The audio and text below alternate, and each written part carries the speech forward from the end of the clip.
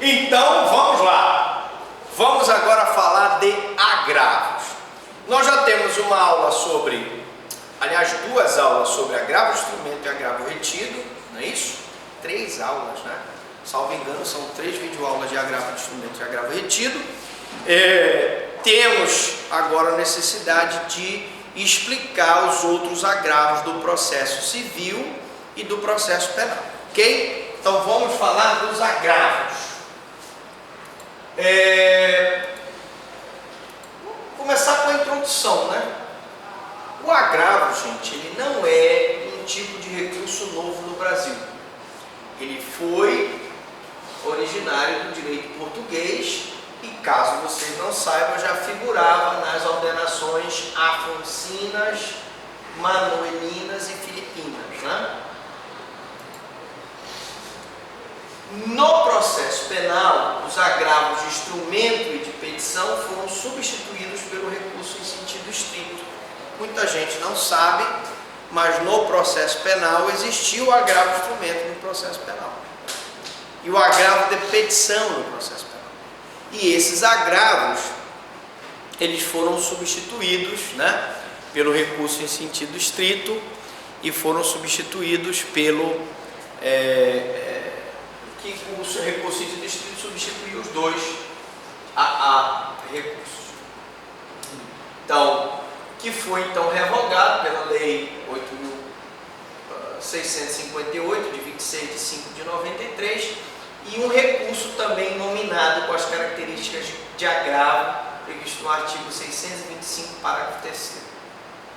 Mas, gente, o que importa aqui nessa aula é o seguinte: basicamente, simplificadamente, quando um juiz profere uma decisão no processo, ou ele profere uma sentença, ou ele profere uma decisão interlocutória, ou ele profere um despacho. Vamos explicar aqui rapidamente para que a gente entenda como posicionar os agravos em relação a essas decisões. Então, das decisões interlocutórias, cabe agravo de instrumento. Então, os agravos que nós vamos ver aqui, na sua maioria, cabem nas decisões interlocutórias, tá? O juiz, ao longo do processo, profere 3 tipos de pronunciamento: sentença, decisão interlocutória e despacho. Mas o que seria uma sentença, gente? Sentença é o ato pelo qual, vamos só apagar aqui, sentença é o ato pelo qual o juiz põe fim ao processo, decidindo ou não o mérito da causa. Então, a sentença propriamente dita é aquela em que o juiz põe fim ao processo, decidindo ou não o mérito da causa. No processo penal, quando ele condena ou absolve. No processo civil, numa sentença de conhecimento, eu posso ter uma sentença declaratória, uma sentença constitutiva, uma sentença sancionatória. Na execução penal, nós temos a execução de um título, judicial ou extrajudicial. Na cautelar, também eu tenho uma decisão que põe fim ao processo cautelar, concedendo ou não uma tutela antecipada ou uma liminar. Agora, no dizer de Arruda Alvim, aí eu peguei uma citação de um doutrinador que dá uma explicação do que seja uma sentença. A sentença é ato culminante do processo de conhecimento. Então, a sentença é o principal ato do processo de conhecimento. Não é a ação, não é a contestação, não é as alegações das partes. A sentença é o ato culminante do processo. Na sentença, o juiz, na qualidade de representante do Estado, porque o juiz foi aquela pessoa que passou no concurso público de provas e títulos e, pelo princípio da oficialidade, foi investido na função jurisdicional. Ele tem a atribuição de proferir a decisão, dar com base em fato, na lei, no direito, uma resposta imperativa ao pedido formulado pelo autor. Eu estou explicando isso aqui para que vocês entendam que a sentença, o que é decisão interlocutória, que é despacho, para que na hora não use o agravo para o despacho e não use o agravo para a sentença, já que o agravo, na sua maior parte das suas funções, é atacar a decisão interlocutória, tá bom? Então, ele tem, o juiz de primeiro grau se baseia em fatos, não é o caso dos tribunais superiores, na lei e no direito, uma resposta imperativa, porque tem força coercitiva, ao pedido formulado pelo autor. Tanto o autor manda para ele o pedido e o juiz tem que decidir os termos em que o pedido for formulado, sob pena de haver uma decisão ultra petita ou extra petita. Bem como a resistência oposta a esse pedido, através da contestação pelo réu na sua defesa. A decisão interlocutória é aquela proferida ao longo do processo, mas sem pôr fim a este. Então, a decisão interlocutória, senhores, ela é uma decisão proferida ao longo do processo e sem pôr fim a este. Por exemplo, a pronúncia no processo penal é tecnicamente uma decisão interlocutória, porque ela decide uma fase do processo e submete o réu a julgamento perante o tribunal do júri. Ela não põe fim.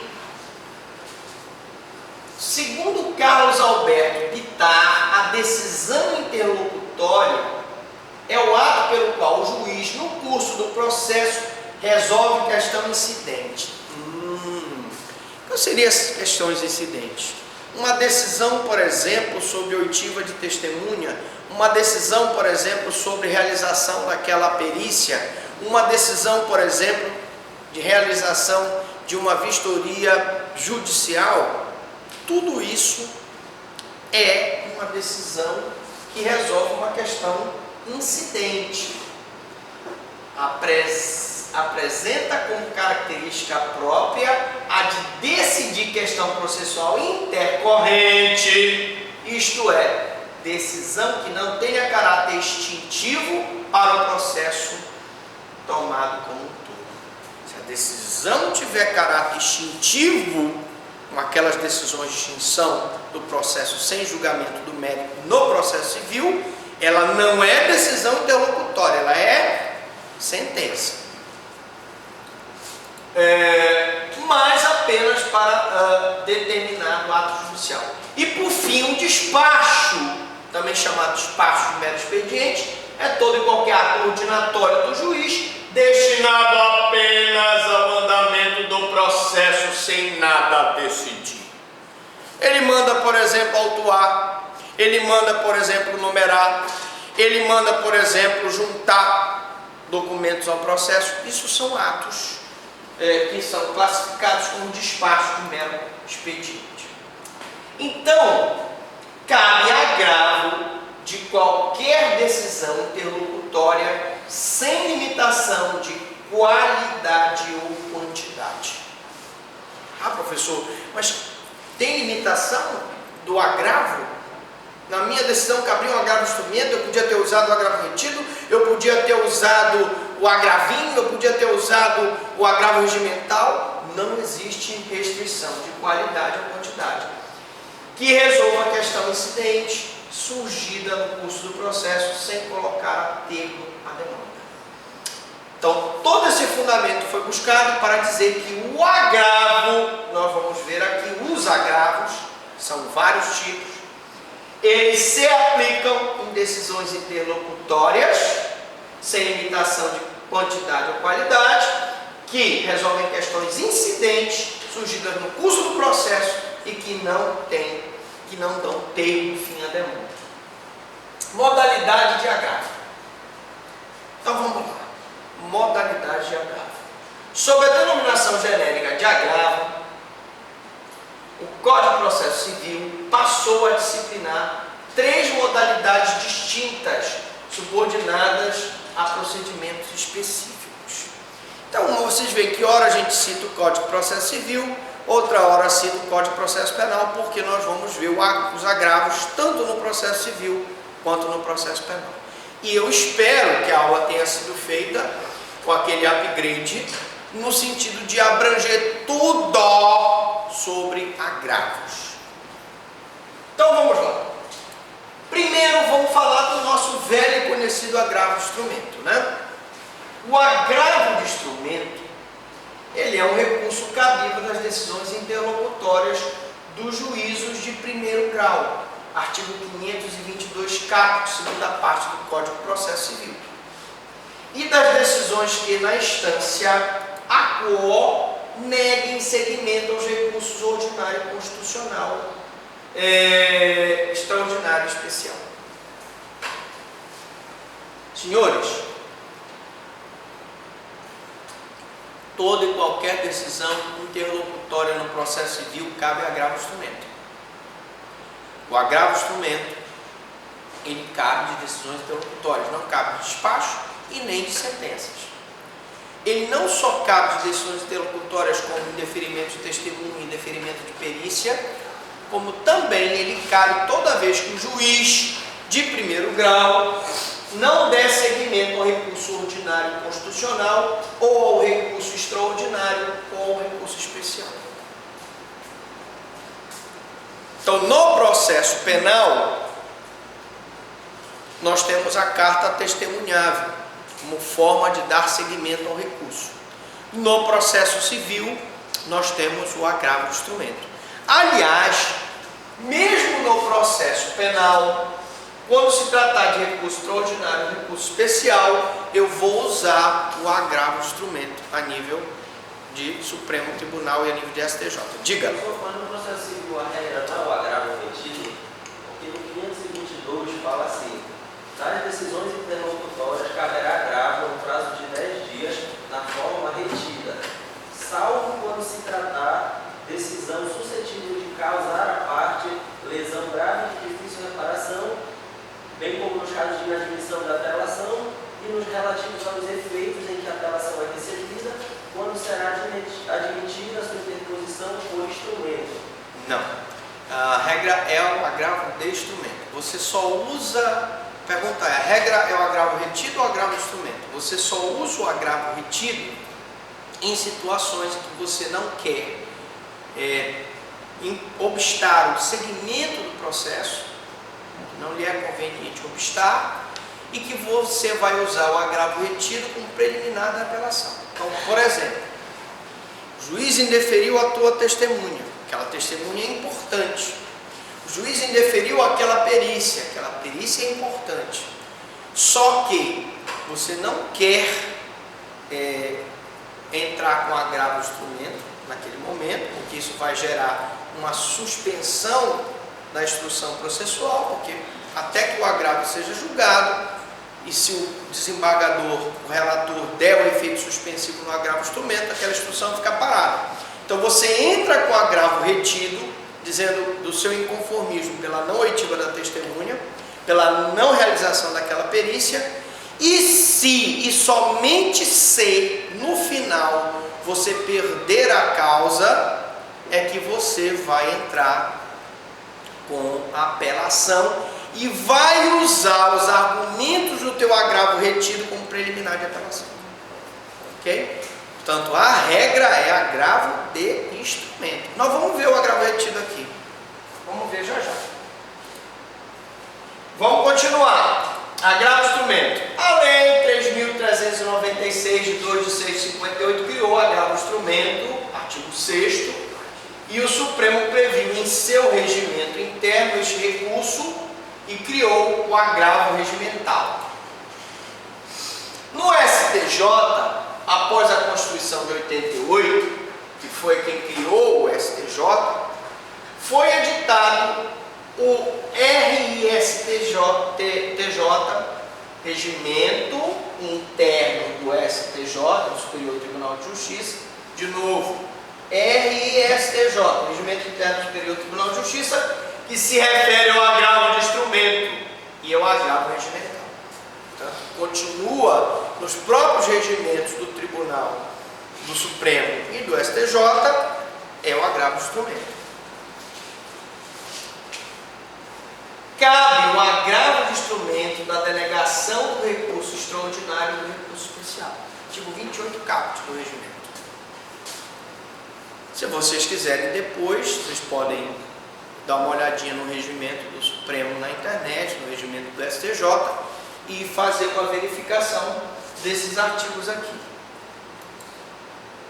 Ok. É sempre bom o aluno estudar com o livro do lado, né? Vai dar uma pesquisada na internet, para aí o vídeo, você para o vídeo, congela o vídeo, dá um pause ao professor Frank. O professor Frank fica estático. Aí depois você vai, pesquisa, volta. Não, realmente o que ele falou tem razão. Está aqui a lei e a gente coloca geralmente a lei para que você possa consultar. Agravo de instrumento. Existe uma espécie de agravo de instrumento cabível segundo o artigo 313, inciso 3º, do regimento interno do Supremo, quando se retardar injustificadamente por mais de 30 dias o despacho do presidente sobre a admissão de recurso da competência do Supremo e, no caso, demora da remessa do processo a essa corte. Este agravo de instrumento é um agravo específico, chamado agravo de instrumento procrastinatório ou antiprocrastinatório, porque ele tem como objetivo impedir que o presidente do tribunal procrastine o recebimento do recurso ou a remessa do recurso à corte. É um agravo de instrumento procrastinatório. Muita gente não sabe que isso existe, mas existe um agravo específico para, repetindo, se retardar injustificadamente por mais de 30 dias o despacho do presidente do tribunal sobre a admissão do recurso e, no caso, demora da remessa do processo à corte. Agravo retido, vamos lá. Eu queria dizer que nós já temos aí uma aula de agravo retido. Nós temos a versão ampliada, temos a versão reduzida, você poderá também consultar. Mas o agravo retido é cabível de decisões interlocutórias, como o agravo de instrumento, que na verdade é um irmão, como é que chama aquele irmão? Siamês do agravo de instrumento, exato.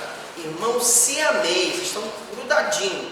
Só que um fica no processo, retido, o nome dele é retido, e o outro vai, o outro é livre, né? Um é grudado, retido, o outro é livre para voar, ele vai embora para o tribunal. O retido não, ele fica. Então o agravo retido é cabível de decisões interlocutórias em primeiro grau de jurisdição, podendo ser conforme a oportunidade que é interposto facultativo ou obrigatório. Professor, quando é que é facultativo ou quando ele é obrigatório? Explico. Tu has de convir comigo que se o juiz indeferir a tua testemunha, tu não registrares esse indeferimento através do agravo retido, preclui o teu direito de ouvir aquela testemunha, não preclui? Então ele, no caso, é obrigatório. Se o juiz indeferir a tua perícia e tu não registrares através de um agravo retido, preclui o teu direito de requerer aquela perícia, não preclui? Então ele é obrigatório. Todas as demais hipóteses em que você não tiver uma preclusão, eu posso dizer que ele é facultativo. E ele só é utilizado naquela situação oportuna. Ele fica retido nos autos e pode ser utilizado como preliminar do recurso de apelação. Esse é o nosso agravo retido. Maiores informações, temos uma aula só dele, agravo retido. Uma aula bonitinha, você assiste a aula, começa a chorar, algumas alunas choram, se emocionam. Bom, agravo inominado. É muito agravo, né, bicho? É muito agravo. É agravo pra caramba. Mas vamos lá. O que é o agravo inominado? O agravo inominado, ou simplesmente agravo, ou ainda agravo interno, alguns chamam de agravinho, né? Tecnicamente assim, ou ele é agravo inominado, ou ele é agravo, simplesmente agravo, ou agravo interno. Cabe das decisões dos relatores que nos tribunais negarem seguimento ao recurso. Então, professor, qual é, na prova, caiu um dia desse na prova da OAB, qual é o recurso específico utilizado quando as decisões dos relatores que nos tribunais negarem seguimento ao recurso? Estava lá, agravo e nominado. Para malinar com o aluno, ele coloca lá agravo regimental, agravo instrumento, agravo retido e agravo. Esse agravo aqui é o inominado, que ele é o único que é chamado simplesmente de agravo. O outro é o agravo instrumento, o outro é o agravo retido, o outro é o agravo regimental. Ele é o agravo. Ele diz para os outros: esse cara sou eu. É ele. Então ele é o agravo. Então, se os relatores negarem seguimento ao recurso, atenção, seguimento ao recurso no tribunal, apelação, por exemplo, aí é o agravo. Seguimento ao recurso extraordinário é o agravo instrumento. Seguimento ao recurso especial é o agravo instrumento.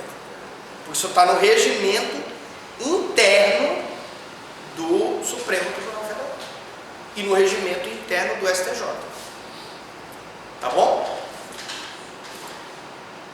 Pesado. Pesado, mas você tem que se esforçar.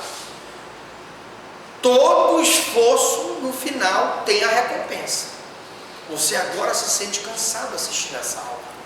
Está exausto, não aguenta mais. Mas pense que você vai passar. Você vai se dar bem. Você vai conseguir aquilo que você quer. E você tira do fundo do poço aquela última força para continuar estudando. Vamos lá. Força. Agravo nominado. Para os tribunais superiores, a Lei 8.038, 28, de 5 de 90, prevê um agravo nominado correspondente ao agravo regimental do Supremo e do STJ. Artigo 39. Da decisão do presidente do tribunal de sessão de turma ou relator que causar agravame à parte, caberá agravo para o órgão especial, sessão ou turma, conforme o caso, no prazo de 5 dias. Então aqui, senhores, dessa decisão que causar agravame à parte, é o agravo inominado. Preste atenção, vamos lá. Agravo inominado. Não deu prosseguimento ao recurso dentro do tribunal, recurso de apelação ou outro recurso. Dentro do tribunal, agravo interno ou agravo nominado. Decisão que causar agravame à parte, decisão do presidente do tribunal, da sessão, da turma, da Câmara, do relator, que causar agravame à parte, caberá agravo para o órgão especial, sessão ou turma, conforme o caso. Então, causou agravame à parte, qual é a alternativa que vocês vão marcar lá no concursinho? Lá, agravo nominado. Agravame à parte, agravo nominado. Agravame à parte, agravo nominado. Cada agravo inominado, né? Você pode chamar ele de agravo. Ele é o cara, esse cara sou eu. É ele. Ele que é o agravo inominado. Não tem nome, então a gente chama só de agravo. Então, cada agravo da decisão do relator que negar seguimento, provimento ao agravo de instrumento. Então, tu entras com agravo de instrumento da decisão do Supremo no STJ que negou seguimento ao recurso, e se ele negar seguimento ao teu agravo de instrumento, tu entras com o agravo. Entendeu?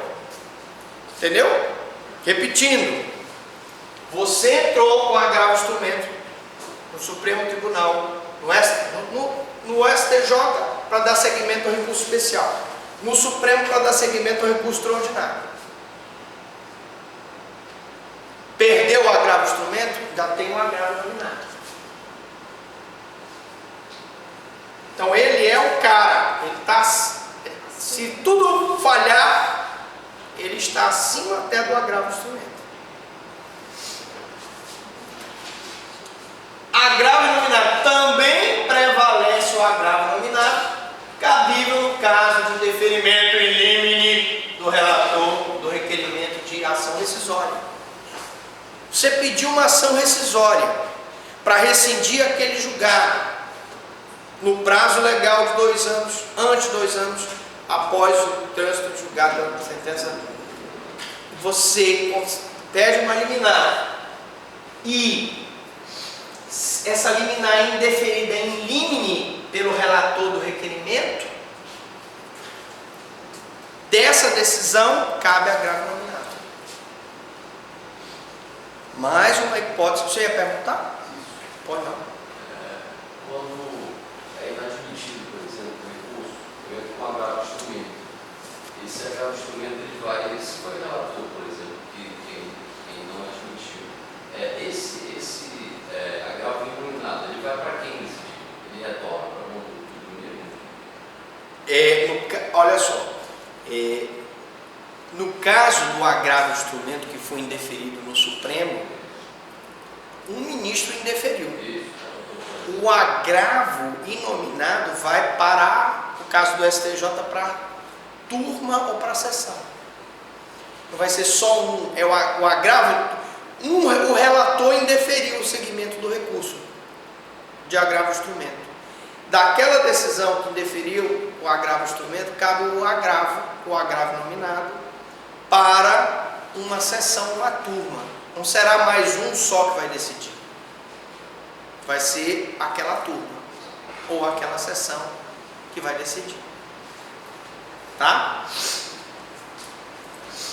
Então, no caso da rescisória, dando um exemplo de processo civil, também subsiste ao lado dessas espécies o agravo regimental. Professor, ainda tem um agravo regimental? Tem. Isso porque eu não coloquei aqui o agravo em execução. Porque o agravo em execução, o correto é a gente dar esse agravo em execução no curso de execução penal. Você assiste todo o programa de processo penal e quando você fala de processo de execução penal, tá? Para toda e qualquer decisão do processo de execução penal, cabe o agravo em execução. Que não é um objeto da nossa aula, mas eu estou dando essa palhinha aqui para vocês. Então, por exemplo, decisão que concede reabilitação, cabe agravo em execução. Decisão que indefere SUSI, decisão que indefere livramento condicional, decisão que indefere progressão de regime, decisão que indefere comutação de penas, todas elas cabem agravo em execução. Eu não coloquei aqui porque senão você vai dizer, poxa, eu não aguento mais. Vou hoje passear pensando no agravo. Bom, mas subsiste ao lado dessas espécies o agravo regimental. Em regra previsto nos regimentos internos, por isso que o nome dele chama-se agravo regimental. Porque ele, em regra, está nos regimentos internos. Então ele é regimental, está no regimento, não está na lei, tá? Dos tribunais destinado a submeter ao exame dos respectivos órgãos colegiados as decisões de presidentes ou relatores que causarem gravame a qualquer das partes, em hipóteses não contempladas pelo CPC. Então, se no regimento estiver previsto que o gravame à parte, o que se prova com gravame à parte? O que se quer impedir? E qual é o objetivo do agravo? O agravo, gente, é uma forma de você impedir que um relator, que um ministro, que um desembargador, por algum motivo, por algum erro crasso, não dê seguimento ao teu recurso. O agravo, gente, tem como objetivo forçar que aquele teu recurso que foi examinado por uma pessoa e aquela pessoa como relator indeferiu o teu recurso para que ele seja pelo menos apreciado ou por uma turma, ou por uma sessão, ou por uma câmara, ou mesmo pelo pleno do tribunal, impedindo que só uma pessoa indefira o teu recurso e isso cause gravame à parte. Por exemplo, exemplo de agravo regimental: indeferimento da inicial em ações de competência originária. Olha só, imagina a seguinte situação: no criminal, ora eu dou exemplo civil, outra hora eu dou exemplo do crime. Uma ação de peculato movida contra um prefeito que desviou o recurso da prefeitura, por exemplo, se apropriou de um caminhão da prefeitura, de uma caçamba da prefeitura, da S10, enfim,